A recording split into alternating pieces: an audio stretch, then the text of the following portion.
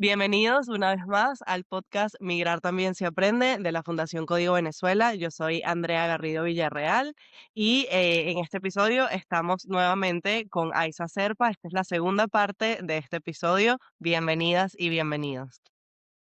Claro, y al final emocionalmente también es un boost, se me va la palabra en español, o sea, es como que te reanima el hecho de saber Sí, que no es que soy malo, no es que no sirvo, no es que todo el mundo me rechaza, sino que mira, tengo unas habilidades y otras que no, y otras en las que puedo trabajar. Porque también conocemos y sabemos que emocionalmente es un proceso que desgasta mucho y que necesitas también tener esa certeza de que hay habilidades, esas fortalezas que tienes para poder seguir avanzando. Ahora, exactamente. igual los procesos de selección son distintos. O sea, ¿qué cosas funcionaban en Venezuela que aquí dejan de funcionar cuando entras en un proceso de selección? Mira, pocas cosas dejan de funcionar porque realmente el proceso de selección es, no me atrevería a decir universal, pero casi universal. Y por eso es que yo desde el día uno pude empezar a hacer entrenamientos y preparación para entrevistas, porque las respuestas por competencia son iguales aquí y en Pekín, son Mm, iguales aquí en Estados Unidos, en Alemania, donde sea. El modelo es mundial, digamos. Entonces, lo que puede variar es quizás por sector, quizás por valores que tenga la empresa en concreto, quizás por perfiles más asociados a personalidad, realmente. Pero el proceso en sí, siempre van a haber las preguntas típicas, las preguntas trampa, las preguntas por competencia, y la identificación de aquellos valores que van alineados con los valores propios de la compañía y donde se busca que haya ese match entre la persona, lo que valora y lo que valora la empresa. Entonces, el proceso mío de preparación, en términos generales, es bastante similar, ¿ok? Lo que sucede es que uno se inhibe mucho, uno se pone sumamente nervioso porque se siente en otro lugar y no demuestra la autenticidad que se espera, y mm, ahí es donde suceden muchos fracasos también, ¿no? Entonces, uno trata de fingir quien uno no es, y entonces el reclutador se da cuenta. Entonces, yo creo que hay un tema aquí de autenticidad que me parece que es valiosísimo, y es demostrar realmente quién eres, ser la persona lo más natural posible, porque el reclutador senior, ese reclutador experimentado, va a reconocer si tú estás tratando de mostrar una persona que no es, o demostrar una careta cuando realmente eres otra, ¿ok? Y él necesita que haya consistencia entre lo que vio en el currículum, la persona que tiene sentada adelante y lo que está escuchando que dice. Si no hay mm, consistencia en esas tres cosas, la persona va a quedar completamente rechazada. Y la única forma de mostrar consistencia es ser auténtico. Mira, lo que escribí en el currículum es esto y yo lo estoy exponiendo y mira, si con toda la franqueza del mundo te lo estoy diciendo, ¿no? Entonces, la autenticidad aquí es donde cobra un valor importante. Ojo, que no estoy hablando de ser poco asertivo. "Ah, es que yo soy natural y yo soy espontáneo". No, ¿ok? Una cosa es autenticidad y otra cosa es que, bueno, es que yo digo las cosas así y al que le guste, le gustó. No. ¿Ok? Cuidado, porque hay que mantener la asertividad, ¿no? Pero sí es ser auténtico, el que yo diga, oye, realmente esta es la persona que yo estoy escuchando, que estoy viendo y que además leí en el currículum, ¿no? Es la misma persona. Entonces yo creo que allí es importante que la persona se relaje, diga, este soy yo. Y una cosa que muchos también cometen un poquito el error, que yo entiendo que tú en vez de decir carro, comienzas a decir coche, por supuesto, ese tipo de cosas, ¿no? Cambies nombres, ¿no? Por lo que se dice aquí, eso debes hacerlo. Pero tratar de generar un acento que no te corresponde o tratar de comenzar en otros tiempos verbales que se utilizan más aquí de lo que nosotros utilizamos, se ve muy fingido, ¿ok? mm. A menos de que ya tengas muchos años aquí y bueno, ya forma parte natural de tu forma de hablar, pero que tú forces la barrera para tratar de encajar mejor, va a producir el efecto contrario. ¿ok? Yo tengo una compañera, una que trabajó conmigo y además tiene muchos años viviendo en Barcelona, y tú les escuchas a ella dando las charlas y ella es, no, pana, no, así no es. Y entonces, con expresiones. Pero eso le da además una marca muy auténtica y a la gente eso le gusta, ¿ok? Porque es autenticidad, porque eres quien eres, ¿ok? Y si hay un grado de inclusión y de diversidad, la gente te va a aceptar, la gente no te va a rechazar por eso. Entonces, bueno, la juventud, sí, mi hija, por ejemplo, llegó a los 14 años y hoy en día, bueno, ya tiene el acento, ya tiene muchas costumbres, etcétera, pero es natural porque es una forma de ella de que logró adaptarse y a esa edad es natural, pero a nuestra edad que empecemos a hablar diferente, mira, es otra cosa, ¿no? Sí, sí, es como extraño. Se entiende, pero Sí, hay cosas que uno se adapta y hay cosas que no. Al final, todo depende de la exacto. persona, pero eso llama mucho la atención lo que hablas de la autenticidad y uno dice, bueno, pero ¿cómo mantengo como esta esencia, esta autenticidad cuando recibo rechazo tras rechazo tras rechazo? O sea, ¿cómo reconstruir esa confianza profesional y mantener la esencia aun cuando te dicen que no en varias entrevistas? Mira, si eso ha sucedido, que ha sido rechazado, es porque la estrategia no ha sido la adecuada, ¿ok? Empezando por allí. Entonces, allá hay que frenarse y decir, ya, un momento, esto no ha sido porque yo sea incompetente, ¿ok? Esto ha sido porque la estrategia que he implementado no ha sido la adecuada, ¿ok? Raras veces porque seas incompetente, oye, tienes que ser demasiado incompetente como para que te salgan tan mal las cosas así, ¿no? Entonces, mi recomendación es, bueno, primero, eh, no lo tomes como algo directamente asociado a tus habilidades, a tus competencias, porque ya el hecho de que estés aquí implica que has superado una cantidad de barreras, de dificultades que te hacen muy competente en muchas cosas. Entonces, ya eso te dice mucho. Entonces, no te consideres incompetente porque te han ido rechazando. Seguramente has focalizado inadecuadamente, has focalizado donde no es, la estrategia de la búsqueda de empleo no ha sido la adecuada, pero no es que tú seas una persona incompetente, ¿ok? Entonces, revisa cuáles realmente son tus competencias y se las estás focalizando a donde corresponde. Y luego, en cada etapa que hagas de procesos de entrevistas, de selección, etcétera, detente un momento para hacer una microevaluación, ¿ok? ¿Cómo fue? Me fue. ¿Qué hice? ¿Qué no hice? Me dieron información de por qué no me aceptaron. ¿Qué puedo hacer mejor para el próximo proceso? Porque la frustración viene también porque yo empiezo a mandar currículum y mando y mando y mando y mando y me siento a esperar. Allí haces exactamente lo mismo 10, 15, 20, 30 veces. Por supuesto, el resultado no va a variar porque estás haciendo exactamente lo mismo de manera repetida. Entonces, hazlo ahorita, no funcionó, cambio la estrategia, la adapto, la ajusto y vas a ver que vas a ir mejorando. Esto es como un proyecto. s- ¿Ok? En todo proyecto tú tienes un plan, tú tienes un cronograma, tú tienes actividades, tienes fechas, ¿ok? Y tienes revisiones para ir haciendo los ajustes. Entonces tienes que pensar que esto no es lanzar currículum, esto es un proyecto. Y entonces vas evaluando qué hice bien, qué puedo ajustar, qué puedo revisar, déjame autoevaluar, déjame buscar apoyo, déjame buscar ayuda, tengo que aprender sobre esto, entonces déjame hacer este curso, entonces ya lo añado a mi currículum, ahora sí tengo este curso que se necesita y entonces sí voy afinando. Esto, esto es un proceso largo, esto es un proceso complejo y lo ideal es hacerlo para alcanzar ese trabajo que aspiras, mientras que en paralelo, bueno, estás teniendo tu trabajo del día a día, que seguramente el que te permite es sostenerte económicamente, ¿no? Pero date un espacio para que al final, 3 veces a la semana, el fin de semana, te dedicas a pulir un poco esa estrategia de esa búsqueda de ese empleo ideal que si quieres. Entonces aquí hay mucho de paciencia también, que es algo también que yo he aprendido.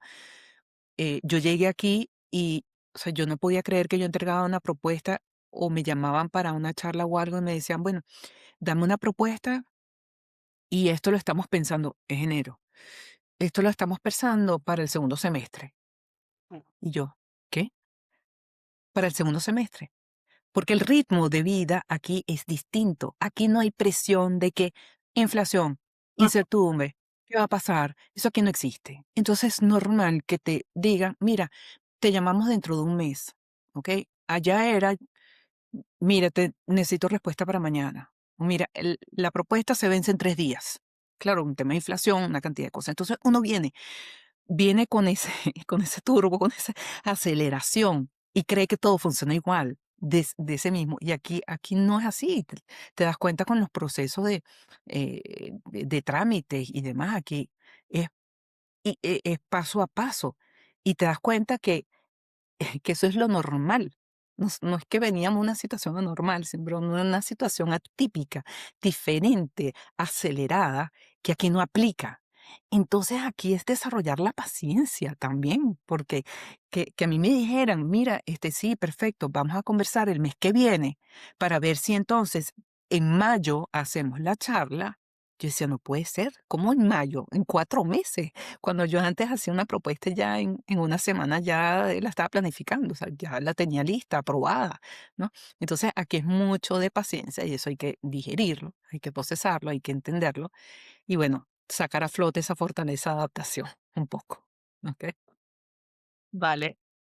A ver, Aisa, ahora vamos a hacer una pausa y me permiten ustedes, oyentes, también hacer una pausa para recordarles que desde la Fundación Código Venezuela tenemos la app Venezuela Virtual, que es la casa donde habitan todas las oportunidades que hemos construido para la diáspora venezolana en España, donde pueden encontrar en temas de empleo, en temas legales, de bienestar, de comunidades y tienen un ecosistema completo de apoyo en España. En empleo, por ejemplo, tienen guías para la empleabilidad, cómo adaptar tu currículo, cómo presentarte en una entrevista de trabajo, pero también tenemos un montón de webinars y de clases magistrales, entre ellas una de ellas está AISA, en la que pueden aprender Ujú. diferentes habilidades para mejorar su perfil y para posicionarse mejor en el mundo laboral. Así que aprovechamos para invitarles a descargarse la app Venezuela Virtual. Si todavía no la han descargado, está disponible para iOS y para Android. Y se pueden conectar de forma totalmente gratuita y los contenidos son y siempre serán gratuitos. Aisa, viendo mucho tu experiencia, que nos encanta poderte escuchar, nos encanta que puedas compartir todo esto con nosotros, vamos a pasar un poco al lado del reclutador. ¿Qué diferencia a un candidato competente a uno que realmente destaca y se gana el puesto? Bien, fíjate, esa es una pregunta clave que me hacen muchísimos clientes, porque se consiguen en procesos de selección donde tienen a otros candidatos que tienen seguramente la misma profesión, los mismos años de experiencia, dentro del mismo sector, en posiciones similares. Entonces dice, bueno, frente a todos estos candidatos que cumplen los mismos requisitos que yo, ¿qué me hace diferente y cómo hago yo para que ese reclutador me vea a mí de manera distinta? Mira, la clave está en cómo logras combinar esos requisitos con un contexto particular en el que te desarrollaste. Por tanto, la respuesta que debes dar tiene que estar orientada a competencias y a situaciones específicas donde hayas demostrado no solo la competencia como tal, sino qué estaba sucediendo en ese entorno que hizo que tú lograras responder de esa manera. Te pongo un ejemplo. Em, Cuando te hacen preguntas por competencias sobre trabajo en equipo, la gente tiende a responder, sí, yo soy bueno trabajando en equipo, yo, el otro día hice esto y entonces, bueno, fue trabajo en equipo, ¿ok? La gente se limita mucho a la situación en concreto, ¿no? Pero si tú logras identificar qué hacía esa situación diferente Claro. e incorporas esos elementos del contexto que lo hacían como un poco más retador, ahí estás agregando valor. Entonces, tú decir, bueno, estábamos en situación de crisis porque se ha acabado el tiempo, el plazo, el cliente estaba demandando esto, por tanto, se iban a incrementar los precios y no sabíamos entonces la respuesta que nos iba a dar el proveedor frente a esa situación. Tuvimos que generar un proyecto de trabajo con trabajo en equipo muy claro. Entonces, debíamos de bla, bla, bla, bla, ¿no? Entonces, ese contexto particular ya me dice a mí que más allá de trabajo en equipo, allá hay un tema de gestión de la incertidumbre, de planificación, de organización, de que detectas, ¿ok? Quién es la mejor persona para hacer determinada tarea, etcétera. Entonces, para aterrizarlo incluso mucho más, es no dar un ejemplo genérico, sino dar el ejemplo lo más concreto posible, señalando las circunstancias que hacían ese caso como un poco más retador, para que tú Mm, puedas demostrar que frente a situaciones más exigentes o más demandantes, pues tú puedes demostrar esa competencia, ¿no? E incluso puedes incorporar elementos que son propios, ¿no? Yo le digo mucho a mis clientes migrantes, les digo, incorpora tu experiencia migratoria, ¿no? mm, En concreto, yo tengo una cliente que es mexicana y que ella vive en Noruega, ¿ok? Y entonces ella ha venido pasando por procesos donde siempre lanza los mismos ejemplos de trabajos que ha tenido ahí siempre. Y yo le digo, oye, tu proceso migratorio también es importante, ¿no? Entonces nos preparamos para respuestas donde ella hable de adaptación a nuevos entornos de trabajo, ¿ok? Compartiendo de la experiencia migratoria que ella ya traía. Entonces por ejemplo, la competencia también de persistencia, de perseverante, ella decidió estudiar allá en Noruega y hacer su carrera allá en Noruega. Esto no lo hacen los demás candidatos, ¿ok? Entonces ella echar el cuento de los trabajos que tuvo allá en Noruega, sin mencionar todo lo que le implicó llegar hasta Noruega, estás dejando por fuera una gran cantidad de competencias que el reclutador va a valorar muchísimo. mm. Entonces yo le decía, cuando hablas de persistencia, comienzas de un poco más atrás. ¿Ok? Señala todo el esfuerzo que significó, por qué tú tomaste la decisión de emigrar, de llegar a Noruega, por qué ese era el trabajo ideal, por qué decidiste Noruega, ese primer trabajo que obtuviste, por qué lo obtuviste, etcétera, etcétera. Y ya eso me dice muchísimo más porque me habla de persistencia, me habla de foco, de que por qué todo el análisis que hiciste, la planificación, que llegaste hasta allá. Entonces, hay circunstancias personales también y de contexto personal que agregan valor y evidencian competencias adicionales que los demás candidatos no tienen. Entonces, allí está la pequeña diferencia. Sin llegar a decir cosas muy personales, sí pueden haber factores que te hacen distinto. Es que el tema migratorio para nosotros, eh, prácticamente en ocasiones preferimos no mencionarlo, porque entonces van a ver que entonces la migración, no es que es importante. Eso te marcó tu vida, te marcó un antes y un después, te permitió desarrollar incluso más determinadas competencias. Eres una persona más resiliente, más adaptable, más de escucha, más de aprender, de más humildad. O sea, todo eso no lo tiene el candidato al lado que brincó de un trabajo y está queriendo entrar en este. Entonces, demuéstralo. No desde el punto de vista de la víctima, de pobrecito yo que soy migrante, dame el trabajo. No, del punto de vista de que yo tengo estas competencias que otros no tienen y te lo voy a demostrar en el trabajo y se aplica de esta manera. Entonces, por ahí un poco no es fácil, hay que ensayar esas respuestas para que se vean auténticas y no se vean impuestas y no se vean como que yo me estoy vendiendo exageradamente, porque hay un límite también donde no verse como exagerado. Entonces, bueno, hay que tener allí un poquito de cuidado, pero con una buena preparación se logra. Y hay ahora circulando como técnicas de respuesta, por ejemplo, la técnica STAR y técnicas que te dicen cómo estructurar una respuesta. ¿Eso es válido? ¿Lo recomiendas? ¿No lo recomiendas?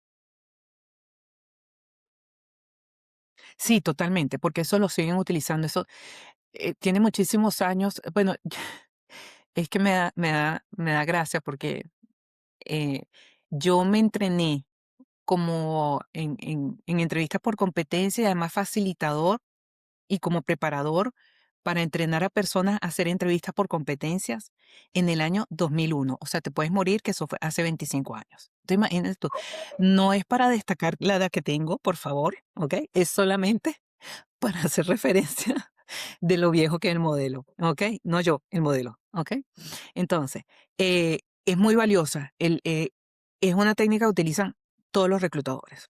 Sin embargo, hace un tiempo acá, que un poco lo que les explico a mis clientes también, ha surgido un modelo que ha incorporado algunos elementos adicionales y es el modelo ATOLA, ¿ok? Mm, ATOLA, ¿ok?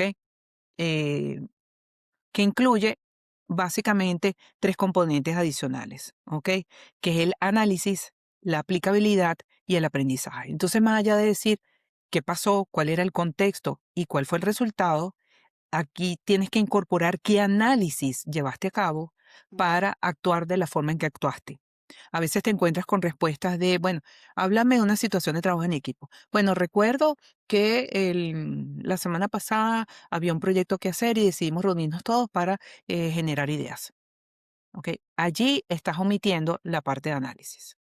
Entonces, ¿qué es lo ideal? Decir, bueno, ante esa situación me di cuenta que debíamos hacer algo distinto para poder agregar valor. Entonces pensé, ¿qué tal si nos reunimos para? Entonces propuse hacer tal cosa. Por lo tanto, y entonces ahí ya la acción. Entonces, todo ese procesamiento, uno muchas veces en la entrevista lo omite, porque uno lo da como por supuesto, como que es obvio o como que al reclutador no le interesa. Le interesa muchísimo, porque ahí está el análisis que tú dices, cómo procesas la información, cómo piensas, cómo estructuras tu forma de actuar. Entonces, todo ese análisis no lo omitas, explícalo. Bueno, yo pensé, yo hice esto, como quien habla en voz alta, ¿ok? Bien, como quien, perdón, como quien piensa en voz alta, ¿ok? Entonces, ese análisis. Después, la aplicabilidad. Bueno, a partir de esa experiencia, yo lo he vuelto a hacer en situaciones similares porque me ha dado buenos resultados y de hecho lo utilicé la semana pasada cuando X. O sea, que eres capaz de, a partir de ese aprendizaje, volverlo a reproducir porque si te están haciendo esa pregunta es para saber si lo vas a hacer con ellos. Y si tú explicas que eres buena replicando, pues lo vas a hacer conmigo también en la organización. Y luego el aprendizaje que eso significó. ¿Qué significó para mí aprender eso? Bueno, aprendí esto por esto. Eso me ha permitido crecer profesionalmente o X, ¿no? Entonces, ese modelo de eh, nuevo, que las siglas son Actions, Thoughts, Outcomes, Learnings y Applications en inglés, ¿ok? Que es tres componentes adicionales al simple modelo de estar. Pero si toda persona se entrena en el modelo de estar a la hora de la respuesta, es lo ideal, porque eso es lo que espera el reclutador. Es que hoy en día es prácticamente lo mínimo que yo espero como reclutador, que tú me sepas dar una respuesta estar. Si vas sin saber el modelo, ya vas en desventaja. O sea, sería una de las cosas que no se debe hacer en una entrevista, porque también pensamos que hay gente que no consigue empleo porque hace todo lo que no se debe hacer. Además de esto que comentas de llegar a la Ujú. sin una planificación, sin tener como un modelo de cómo vas a responder, ¿qué otras cosas recomiendas que jamás se hagan en una entrevista de trabajo? Bueno, ya hay tanta información por internet que raras veces las personas cometen esos errores, ¿no? Pero en esa sensación que uno tiene de desesperación, de que uno quiere alcanzar el trabajo, uno termina diciendo, yo hago lo que sea, por favor, sí, no, yo puedo, yo también eso lo hago, no, bueno, yo aprendo, etcétera. Eso lo que hace es que demuestra mucha desesperación, ¿no? Y, y- y- y seguramente sí, lo estás y lo quieres expresar y quieres rogar, bueno, por favor, deme el empleo, ¿no?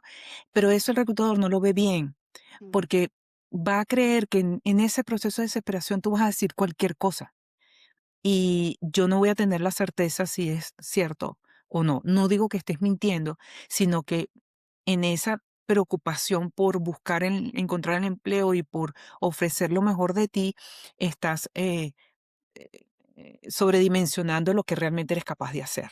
¿Ok? Entonces, ahí hay que tener un poco de cuidado, ¿no? Entonces, reconocer aquellas cosas que no sé hacer, ¿no? Entonces, evitar, bueno, no, yo sí te estoy dispuesto a todo y yo soy capaz, no. Dice, bueno, yo hasta aquí lo sé hacer. Si hay que aprender, evidentemente lo aprenderé, pero mi intención es esto y esto y esto, y yo, esto es justamente lo que busco, ser como muy claro, como muy preciso, y muy focalizado, ¿no?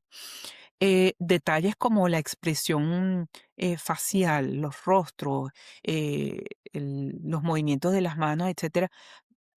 Cuando ensayemos, tratarlo de hacer frente a un espejo o con otra persona que me dé feedback un poco de mis expresiones, porque hay gente que se le lee todo en la cara. Entonces, hay que tener cuidado de ser auténtico, ser expresivo, evidentemente, pero tener cuidado que si tengo algunas expresiones que no son muy acertadas, tener, bueno, cuidado de saberlas un poco manejar. No tan a profundidad porque eso además es lo que me da autenticidad, Y justamente cuando tú expresas una fortaleza, lo primero que yo leo como reclutador es esa expresión. Entonces, cuando yo hablo de que me gusta ser organizada, es que se me nota. Y cuando yo te hablo de fortalezas, tú te das cuenta que yo hablo diferente. ¿Ok? Entonces, un poco eso hay que demostrarlo también, porque si además tú eres, la gente entonces o se muestra en exceso o se muestra en defecto porque yo estoy así. No, si aquello te apasiona, demuéstralo, ¿ok? Sin expresiones que vayan a decir que esta pregunta o ver para arriba o dar una vuelta. O sea, eso hay que tener cuidado, ¿no? La gente a veces no se mide, no hace el ejercicio frente a un espejo, no pide feedback de un compañero, un amigo, de alguien conocido y de confianza que puede decir, ay, cada vez que tú hablas, tú haces así. O sea, ten cuidado, ¿no? Ese tipo de cosas que no deben hacerse, ¿no? Eh, es básicamente lo que te podría decir. Vale, vale, gracias.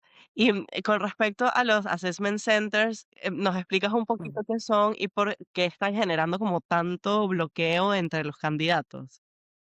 Sí, mira, el bloqueo, comienzo por atrás, el bloqueo comienza por no entender en qué consiste.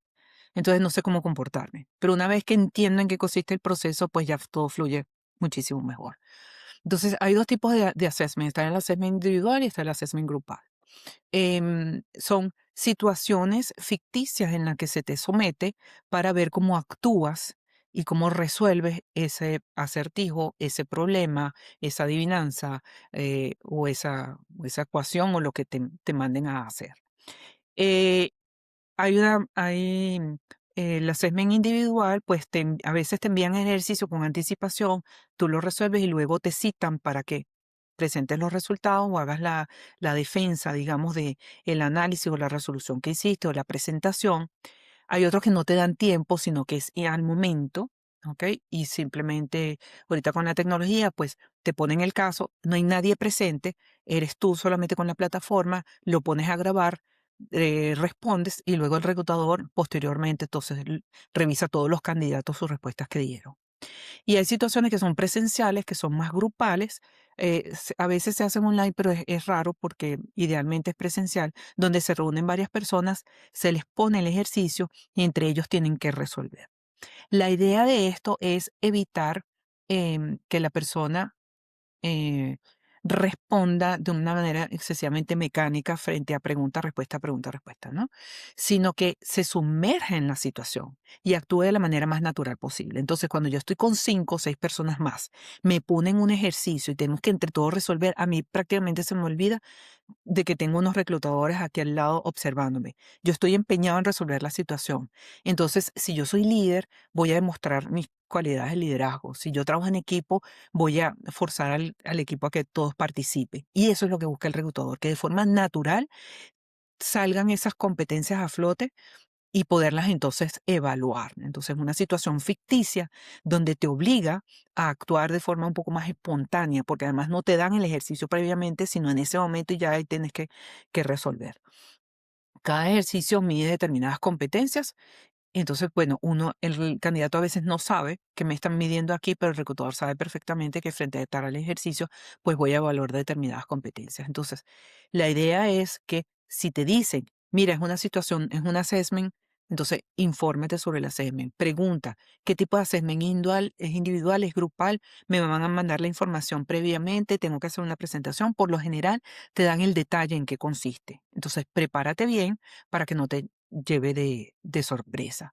Em, a mí me encantan los assessment centers, tanto como reclutador como candidato, porque es la forma como más auténtica de evaluar.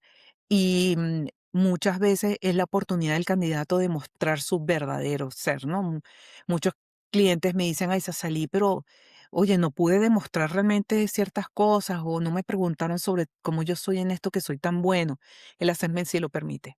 Entonces, no le huyas al assessment, por el contrario, si es un assessment, pues muchísimo mejor, es la oportunidad de oro para demostrar realmente quién eres. Entonces, eso brevemente un poco en qué consiste y la preparación que es crucial, pero las empresas que lo hacen siempre te van a decir, mira, esto es cómo debes prepararte, en esto va a consistir y te da la oportunidad de entender más antes de llegar a la situación.